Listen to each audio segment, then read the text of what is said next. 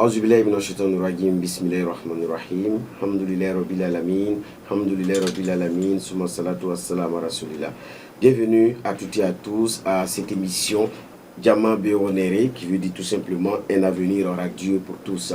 C'est une émission proposée par le CCIB, c'est le Centre culturel islamique du Burkina, avec le soutien technique et financier de l'URCB. L'URCB, c'est l'Union des religieux coutumiers du Burkina pour la promotion de la santé et le développement. Merci de nous suivre et pour ce nouveau numéro de votre émission, je reçois avec beaucoup de plaisir Dr Inoussa Compaoré. Il est imam à l'AUMB et au CERFI.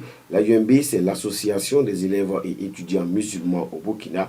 Et le CERFI, c'est le cercle d'études, de recherche et de formation islamique. Imam, salam alaikum wa rahmatullahi wa barakatuh. Wa alaikum salam wa rahmatullahi wa barakatuh. Merci d'avoir accepté notre invitation. C'est avec grand plaisir. Diamant Béonéré, qui veut dire un avenir radieux pour tous. C'est dans le cadre donc du projet qui vise à contribuer à la promotion de la paix, la cohésion sociale et la résilience des populations à travers la promotion des valeurs de dialogue, de connaissance mutuelle et d'autonomisation de la femme. Aujourd'hui, pour ce numéro, nous allons parler de l'instruction, éducation et promotion de la paix et de la cohésion sociale. Imam, déjà, que vous inspire cette thématique? Auzubillahi minash shaitanir rajim. Bismillahir rahmanir rahim. Alhamdulillah, salatu wassalam ala rasulullah. La thématique est tellement fondamentale au regard de l'état actuel de notre communauté, au regard du parcours de la communauté des musulmans dans le temps et de ce que nous avons délaissé en termes de valeurs, en termes de formation, en termes d'éducation, en termes d'instruction, et au regard du fait que nous avons eu une compréhension, ou nous avons actuellement une compréhension très restrictive de l'islam, qui fait de sorte qu'il y a tellement de domaines que les musulmans ont délaissés et qui nécessitent que l'on fasse un retour et véritablement nous former, parce que les autres très souvent ne nous ont dépassés que par la connaissance, autrement que par l'instruction et par l'éducation. C'est donc une thématique assez fondamentale, assez importante, qui nous interpelle tous, chacun au niveau individuel, mais également de manière collective, parlant de l'ensemble de la communauté des musulmans, surtout de nos pays. On parle d'éducation, promotion de la paix et la cohésion sociale. Est-ce que c'est important aussi de parler de cette thématique, paix et cohésion sociale? Le lien est tellement étroit. Vous savez, avec l'ignorance, il n'y a pas ce que l'on ne peut pas faire. Avec l'ignorant, le malheur d'être ignorant, c'est le fait de ne pas avoir conscience du mal que l'on porte en soi et du mal que l'on a en conséquence de ses actes, de ses paroles sur les autres. Et celui qui sait, il est d'ailleurs même loué par Allah subhanahu wa ta'ala. Celui qui sait, il est très attentif, il est très prévoyant. Et il prête tellement attention aux droits, aux devoirs des uns et des autres, il ne peut être que la conséquence d'une cohésion, d'une miséricorde, d'une paix, d'une quiétude. Et c'est assez fondamental de faire le lien entre la connaissance et la paix, parce que le résultat est évident. Le résultat est évident, on en parle dans cette émission. Déjà, revenez un peu sur l'importance de l'instruction en islam. Alhamdulillah, salatu wassalam ala rasulullah. Vous savez, au regard de l'état de notre communauté, aujourd'hui, on peut regretter beaucoup de choses. Dieu a fait de notre communauté une communauté de connaissance, une communauté de savoir. De tous les versets du Coran, de tous les versets qu'Allah a fait descendre, le premier verset qu'Allah a fait descendre parle de la connaissance. Et c'est même une injonction. Il nous impose à aller à la quête du savoir. Dieu nous dit, lis. Lis de manière à l'impératif, lis. Lis au nom de ton Seigneur. Donc, pour placer même la connaissance au-dessus de tout autre. Vous verrez dans d'autres propos le prophète alayhi salatu wassalam qui nous fera savoir que même Allah subhanahu wa ta'ala nous dit comment est-ce que vous allez m'adorer si vous ne me connaissez pas? Pour encore replacer la connaissance au-dessus même de l'adoration. Et vous voyez, ailleurs, Dieu nous dira, il nous posera la question, bien évidemment la réponse est claire, est-ce que ceux qui connaissent, ceux qui savent et ceux qui ne savent pas sont-ils égaux? Jamais ils ne seront égaux. Et encore, Dieu a mis ceux qui savent comme étant ceux qui sont porteurs de l'héritage de ceux-là qu'il a triés, qu'il a choisis et qu'il a envoyés avec les messages pour les hommes. Donc ceux qui savent, la connaissance, c'est l'outil indispensable pour bien vivre dans ce monde, réussir sa vie dans ce monde. Vous savez, quand Dieu nous fait savoir que notre meilleure invocation, c'est Rabbana atina fid dunya hasana. Seigneur Allah, accorde-nous une belle part dans ce monde. De cette belle part, il y a la connaissance qui occupe une place fondamentale. Et accorde-nous une belle part dans l'au-delà, préserve-nous du feu de l'enfer. Donc, on n'est pas obligé d'être riche pour être un bon musulman. On n'est pas obligé d'être physiquement fort pour être un bon musulman. Je vous assure que pour réussir sa vie de croyant, pour réussir sa foi, on a impérativement besoin d'avoir la connaissance. Sans quoi, on peut être dans un suivisme, dans l'ignorance et tomber dans un trou sans s'en rendre compte. Mais à vous écouter, c'est bien beau la connaissance, mais comment je fais pour savoir que je sais? Comment je fais pour savoir que j'ai la connaissance? Alhamdulillah, salatu wassalam. Vous savez, nous avons des référentiels. Nous avons des références. Comment je sais? Vous savez, on a 4 catégories de personnes. Il y a celui qui sait et qui sait qu'il sait. Lui, c'est un très bon instructeur. Il y a celui qui sait mais qui ne sait pas qu'il sait. Il a juste besoin qu'on le réveille. Il y a celui qui ne sait pas mais qui sait qu'il ne sait pas. Lui, si tu le gagnes, c'est un très bon élève à former parce qu'il a conscience de son ignorance. Le pire, c'est celui qui ne sait pas, mais qui ne sait pas qu'il ne sait pas. Malheureusement, nous sommes assez nombreux à être dans cette catégorie. Quand tu ne sais pas et tu ne sais pas que tu ne sais pas, tu mélanges tout. Tu confonds tout. Et tu penses que tout ce que tu fais est en conformité, alors qu'il suffit que l'on interroge tes actes avec les références et on se rendra compte qu'on est hors des corps. Mais quelle est l'attitude à avoir pour aller vers la connaissance? Alhamdulillah, l'attitude à avoir. Vous savez, la connaissance rime avec l'humilité. Celui qui sait, je vous assure que celui qui sait, il est humble, il est modeste. D'abord, il faut créer ces valeurs, il faut avoir ces valeurs-là pour aller à la connaissance. Et surtout à la connaissance bénie.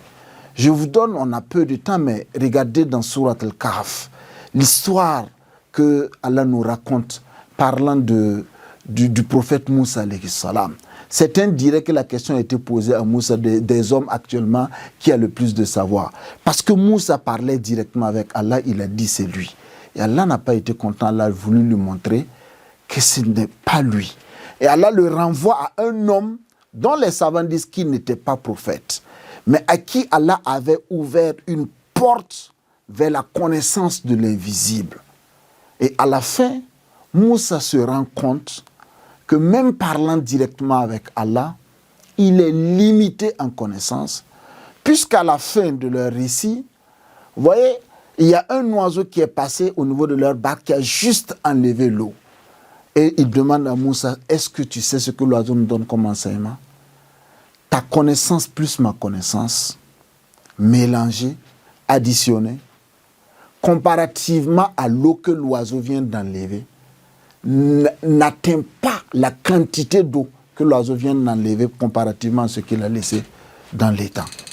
Donc pour nous montrer, pour d'abord, l'une des premières caractéristiques pour aller à la connaissance, c'est l'humilité, c'est la modestie.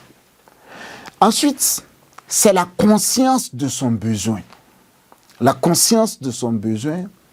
Troisièmement, il faut fournir l'effort. Il faut savoir aller vers là où la connaissance se trouve.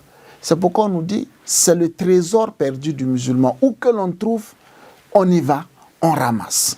Et le prophète alayhi salatu wassalam, dans un hadith, va nous dire, même si il faut aller jusqu'en Chine, il faut fournir cet effort pour aller chercher le savoir. Parce que c'est ça qui fera de toi véritablement un bon musulman. Et il dira, pourquoi il faut le faire? Parce que la recherche de la connaissance, c'est une obligation pour toute musulmane et pour tout musulman. Donc, pour aller véritablement à la connaissance, on a besoin de ces valeurs-là pour véritablement appréhender ce qu'il faut. Merci Imam pour toutes ces précisions. Vous l'avez très bien présenté. On sent que la connaissance est une valeur importante dans la vie de chaque être humain. Mais là, quand on parle de connaissance, est-ce qu'il s'agit forcément de la connaissance liée à la religion? Alhamdulillah. Vous savez, le malheur aujourd'hui de notre communauté, c'est que, comme dit, on a délaissé beaucoup de choses. Les pères fondateurs des mathématiques, ce sont des musulmans. De la philosophie, ce sont des musulmans. La médecine, on n'en parle pas. Que tu prennes l'architecture, les pères véritablement fondateurs de l'architecture moderne, ce sont les musulmans. Les musulmans d'antan avaient compris la mission de l'homme sur la terre comme étant le représentant de Dieu. Tous les domaines qui peuvent contribuer au bien-être de l'homme sont des domaines à explorer et qui ouvrent la voie à la connaissance à Allah subhanahu wa ta'ala. Nourun ala nour, lumière sur lumière, la connaissance de ce bas monde, liée à la connaissance de la révélation, à la lumière de la révélation, ne peut couvrir les portes des cieux pour te rapprocher du Seigneur. En réalité, c'est ça aujourd'hui que nous avons délaissé. On a délaissé et ça explique aussi l'état de nos communautés aujourd'hui. Quand vous regardez que ce soit au niveau international ou au niveau national, regardez au niveau international la situation de la communauté des musulmans comparativement à d'autres communautés. La peur que vivent certains musulmans, certains États musulmans, c'est lié à la connaissance que les autres ont, qui ont pu développer un certain nombre d'outils que les musulmans n'en ont pratiquement pas. Au niveau national, regardez également, même en termes d'instruction, c'est maintenant que la pente est en train de se rétrécir, mais pendant longtemps, parce qu'on a délaissé beaucoup de domaines de connaissances, la communauté est restée derrière. Aujourd'hui, on a compris nécessairement il faut qu'on forme des médecins, il faut qu'on forme des architectes, il faut qu'on forme des enseignants, il faut qu'on forme des communicateurs. Et c'est pourquoi vous allez voir, quand le prophète alayhi salatu wassalam dit, c'est une obligation de chercher la connaissance. Même s'il faut aller en Chine, est-ce qu'en Chine qu'on va le retrouver les versets du Coran? Est-ce en Chine qu'il faut aller retrouver les hadiths? Alors que c'est à Médine que le prophète alayhi salatu wassalam recevait la révélation. Non, c'est pour dire explorer le monde, aller en quête de l'ensemble des connaissances. Donc aujourd'hui, les musulmans doivent comprendre que c'est un impératif pour chacun de nous qu'on porte cette responsabilité à être des témoins pour les hommes. Et pour être véritablement ces témoins pour les hommes-là, on doit être cette communauté de connaissance de l'ensemble des domaines. Et on doit prendre conscience de notre état et même nous organiser de sorte à préparer des bourses et envoyer nos enfants étudier dans des domaines spécifiques. Et vous verrez, la communauté dans tel nombre d'années ne peut que mieux se comporter par rapport à son état actuel. Donc la connaissance n'est pas la connaissance exclusivement limitée, liée au Coran et à la Sunna, parce que le Coran et la Sunna même nous invitent à nous ouvrir au monde. Nous ouvrir au monde, c'est aller en quête de la connaissance, de l'être humain, de la psychologie, de la biologie, du fonctionnement, comment pouvoir soigner l'homme, comment pouvoir... Tous ces différents aspects, l'islam nous oblige à aller en quête de ces connaissances. Et si on fait fi, on sera toujours à la traîne. Et pour combler ce gap, pour ne pas être à la traîne, comme vous le dites, quel peut être le rôle des différents acteurs pour une éducation de qualité? Alhamdulillah. D'abord, il y a les premiers responsables des musulmans. Ils doivent savoir, à l'image de Omar ibn Khattab, qui sort chaque soir dans la cité de Médine, en train de s'interroger, tourner pour voir l'état de la communauté. Ils doivent savoir qu'ils portent une responsabilité. Allah les interrogera sur la situation de chaque membre de la communauté. Qu'est-ce qu'ils ont fait en portant cette responsabilité? Ce n'est pas en réalité, comme on dit en Morée, ce n'est pas du nam, ce n'est pas un pouvoir, c'est une responsabilité. En islam, celui qui porte la responsabilité est le serviteur. Savoir prendre les mesures nécessaires pour les besoins des membres de la communauté. Et il est du devoir aujourd'hui des responsables de la communauté à ouvrir toutes les voies nécessaires pour que la communauté puisse bien se comporter, puisse bien être en termes de quête de connaissances. On doit avoir des centres de formation, les plus performants aujourd'hui, que tu prennes au niveau des universités. Regardez par exemple au Burkina, quelle est la bonne université que la communauté des musulmans a? Pratiquement, on n'en a pas. Pour une communauté qui compte près de 63%, la population, c'est assez regrettable. Donc, alors que ce sont des domaines dans lesquels on doit beaucoup investir. On doit investir pour former l'élite de demain. Former l'élite de demain, c'est, vous savez, quoi qu'on dise, il est difficile ou voire impossible de raser la tête de quelqu'un qui n'est pas présent. Si vous ne vous formez pas, difficilement vous serez dans le cercle des décideurs. Et comment des décisions en vos faveurs seront prises? Difficilement. Donc il faut que vous formez parce que vous avez la responsabilité à contribuer au bien-être de la société. Vous avez la responsabilité de partager vos valeurs. Ça veut dire qu'il vous faut un certain nombre de connaissances pour même entrer dans un certain nombre de cercles. Et c'est d'abord la responsabilité des premiers responsables de nos communautés. Porter les projets. On n'est pas obligé de voir les résultats systématiquement. D'abord les élaborer, que ce soit préscolaire, le primaire, le collège, le lycée, les universités, élaborer les projets pour chaque région de ce pays. Et dans les différents domaines scientifiques, comme les lycées scientifiques que l'État est en train de faire, nous, on peut élaborer des établissements scientifiques, des établissements littéraires, des établissements techniques, dans lesquels juste les projets même déjà, et de sorte à ce que ceux qui vont venir par la suite verront comment mettre en œuvre, et petit à petit. Mais on se demande si aujourd'hui on quitte d'un point A à un point B au regard depuis longtemps l'existence de nos structures et qu'on ne voit même pas les choses bouger. Deuxièmement, au-delà des premiers responsables des musulmans, il appartient à chaque responsable de famille. Il appartient à chaque responsable de famille de comprendre que c'est de sa responsabilité. Quand Allah dit « préservez-vous et vos familles d'un feu ardent là ». Et regardez, quand le prophète va voir un compagnon, il donne son argent à la communauté. Le prophète dit non, parce qu'il était dans l'agonie. Il dit non, il est préférable que tu laisses tes héritiers là, dans une certaine situation, que de les laisser dans le besoin. Il est de notre responsabilité de comprendre qu'aujourd'hui, c'est un impératif pour nous de faire de sorte à ce que nos enfants comptent dans la communauté. Qu'ils ne soient pas juste des complètes nombres. Ils doivent compter, et pour compter, impérativement, ils doivent être bien formés.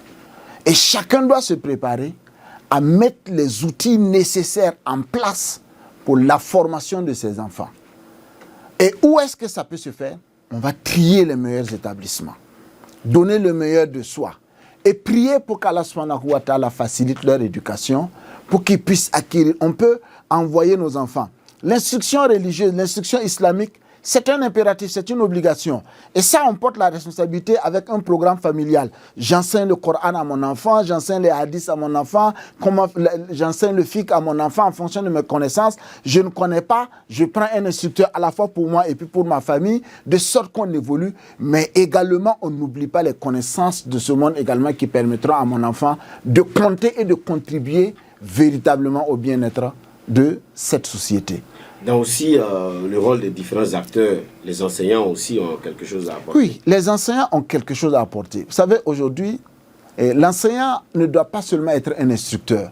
L'instructeur, c'est celui qui juste fait savoir lire, qui fait savoir écrire. Non, l'enseignant est quelqu'un qui, en principe, porte des valeurs, transmet des valeurs. Avant, dans les foyers coraniques, dans les foyers, quand on envoyait un enfant, ce n'était pas juste pour prendre la lecture, apprendre la lecture du Coran, apprendre les hadiths. Non, c'était également pour voir le modèle de vie de l'enseignant. C'était pour voir comment est-ce qu'il se comporte à la maison, comment est-ce qu'il se comporte avec les étrangers. Et pour que l'enfant puisse également prendre l'ensemble de ces valeurs-là pour devenir quelqu'un de bien demain. Aujourd'hui, il est assez regrettable de voir que certains enseignants se retrouvent dans des travers en termes de comportement avec leurs apprenants. Que ce soit les filles ou que ce soit les garçons, il y a tellement d'abus. Et c'est en cela que je salue véritablement la réforme du code pénal du Burkina Faso qui sanctionne véritablement les enseignants qui se retrouvent dans ces travers-là. Parce que l'enseignant, c'est un porteur de valeurs, c'est un éducateur, c'est pas qu'un instructeur. On dit même qu'ils sont les héritiers des prophètes. Oui, puisque ce sont eux qui ont la connaissance en principe. Ayant la connaissance, ils sont en train de transmettre cette connaissance. Et si eux-mêmes se retrouvent dans des travers, il y a de quoi avoir peur pour demain. Aujourd'hui, pour inscrire ton enfant, tu te poses beaucoup de questions. Qui est-ce que l'enfant va rencontrer en termes de responsable d'établissement, en termes d'enseignants, même au niveau de ses camarades, quelle est l'éducation de ses camarades? Beaucoup de questions, on se les pose, parce qu'il n'y a pas seulement ce que je donne comme éducation à mes enfants, il y a l'interaction que l'enfant aura avec ces différents acteurs-là. C'est pourquoi le parent doit fournir un effort pour entrer en relation avec l'ensemble de ces acteurs-là, pour essayer vraiment d'apporter sa contribution pour un environnement sain et pour une bonne éducation de nos enfants. Est-ce qu'au niveau des pouvoirs publics, il y a aussi un rôle à jouer? Est-ce qu'il y a des acteurs au niveau public qui peuvent aussi contribuer à améliorer l'offre éducative? C'est d'ailleurs du devoir d'abord des pouvoirs publics. C'est ça l'essentiel de l'existence de l'État. L'État, c'est quoi? L'État, c'est vous, moi, on s'est mis ensemble. Pour ce que je ne peux pas faire individuellement, vous ne pouvez pas faire individuellement, on a essayé de concéder un certain nombre de nos pouvoirs, de nos moyens pour mettre en place l'État qui doit nous représenter tous et asseoir tous les outils nécessaires en termes d'offres éducatives, en termes de santé, en termes de routes, d'infrastructures. C'est ça l'État. Et si l'État n'arrive pas à assumer ses responsabilités, son existence n'a plus de sens en réalité. Donc l'État doit être fort et surtout en matière d'éducation. Parce que ce que nos pays deviendront demain dépend de l'éducation que nous allons donner à nos enfants aujourd'hui. Les citoyens de demain, c'est par rapport à l'éducation que nous offrons aujourd'hui. Vous savez, il y a également quelque chose que, on se trompe très souvent. Nous, par exemple, nous sommes des fruits de l'école publique, l'école de la République. Aujourd'hui, parce que hier, dans l'école de la République, c'était véritablement une éducation à faible coût. Si c'était d'ailleurs élevé, je me demande comment nous allions même franchir le cap du CEP. Et ça, on avait conscience que l'État prenait à juste titre sa responsabilité en matière d'éducation. Et aujourd'hui, ça doit plus que jamais se ressentir. Et l'État, on salue déjà ce qui est fait, mais l'État doit être plus regardant. L'État doit être plus regardant pour mieux accompagner, pour mieux assister à la fois les éducateurs, en termes d'infrastructure, accompagner comme il se doit pour que le Burkina de demain soit encore meilleur que celui d'aujourd'hui. Dernière question, quel le message de motivation vous pouvez donner pour que les musulmans s'investissent encore plus pour améliorer l'offre éducative au Burkina Faso? C'est de dire simplement qu'en termes de quête de savoir, nous n'avons pas le choix. Nous n'avons pas le choix, c'est un impératif. C'est savoir ou périr. En termes d'existence de communauté, c'est savoir ou périr. Ça, on n'a pratiquement pas le choix. Et pour ne pas périr, on doit se donner les moyens nécessaires pour savoir.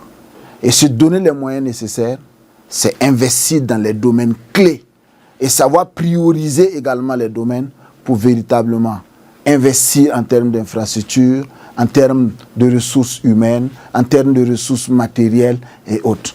C'est-à-dire, notre communauté doit être une communauté de prospection, de planification, et on ne doit pas aller de manière anarchique. Donc connaître nos priorités, doit investir en fonction de cela. Merci beaucoup, Imam Dr Inoussa Compaoré. Je rappelle que vous êtes imam à l'AYEMB, Association des élèves et étudiants musulmans au Burkina, et au CERFI également, Cercle d'études de recherche et de formation islamique. Vous êtes également enseignant-chercheur. Merci de votre disponibilité à échanger avec nous. Je vous en prie. À vous qui nous avez suivis, merci de votre fidélité à cette émission. Diama Béro Néré, cette émission qui vous est proposée par le CCIB, le Centre culturel islamique du Burkina, avec l'appui technique et financier de l'URCBSD, l'Union des religieux et coutumiers du Burkina pour la promotion de la santé et le développement. Cette émission vous est proposée pour contribuer à promouvoir la paix, la cohésion sociale et la résilience des populations à travers la promotion des valeurs de dialogue et de connaissance mutuelle et d'autonomisation de la femme. Merci de nous avoir suivis. Rendez-vous à un autre numéro de votre émission. D'ici là, que le Seigneur vous bénisse. Assalamu alaikum wa rahmatullahi wa barakatuh.